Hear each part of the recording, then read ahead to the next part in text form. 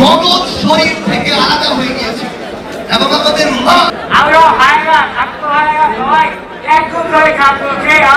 মগজ শরীর থেকে আলাদা হয়ে গিয়েছে এবং আমাদের মা সেই জন্মের পরে যেভাবে পরম যত্নে বছরের পর বছর একটি সন্তানকে লালন পালন করেছে, সেভাবে সেই পরম যত্নে শহীদ হওয়া সন্তানের মগজকে আঁকড়ে রেখেছে।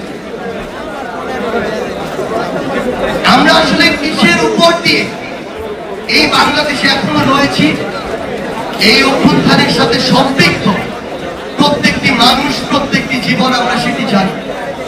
আমি প্রথমেই অনুরোধ করছি শহীদ মুগ্ধ ভাইয়ের সহোদর, জুলাই শহীদ স্মৃতি ফাউন্ডেশনের সিইও মীর মাহবুবুর রহমান স্নিগ্ধকে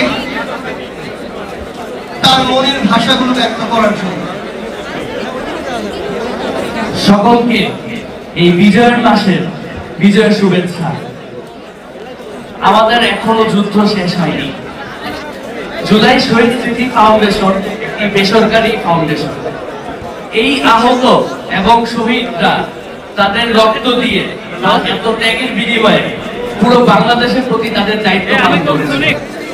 এবার পুরো বাংলাদেশের প্রত্যেকটি মানুষের যার যার জায়গা থেকে এটি দায়িত্ব এই শহীদ এবং আহতদের পাশে এসে দাঁড়ানো।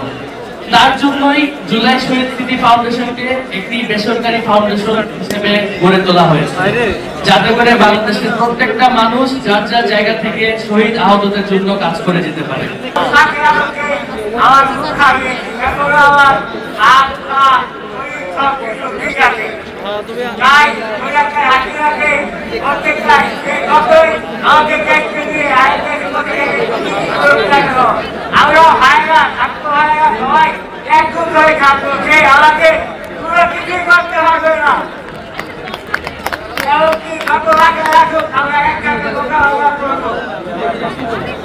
আমি বলতে চাই হাতিরা এগুলো দূরে থেকে এগুলো বাংলা দেখে রাখে তাদের কাজ সঙ্গে যুদ্ধ করার জন্য আমরা আগেও বলতেছিলাম এখনো বলতে থাকি।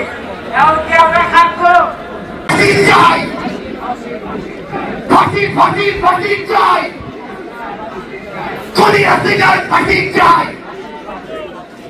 আমরা বিশ্বাস করি আগামীর বাংলাদেশে যত খুনি ছিল, খুনি হাসিনা সহ, তাদের দৃষ্টান্তমূলক শাস্তি দেখে, তাদের ওই ফাঁসির মঞ্চ দেখে, ওই মঞ্চে থেকে তাদের লাশ নামানোর দৃশ্য দেখে আমরা এই বাংলাদেশ থেকে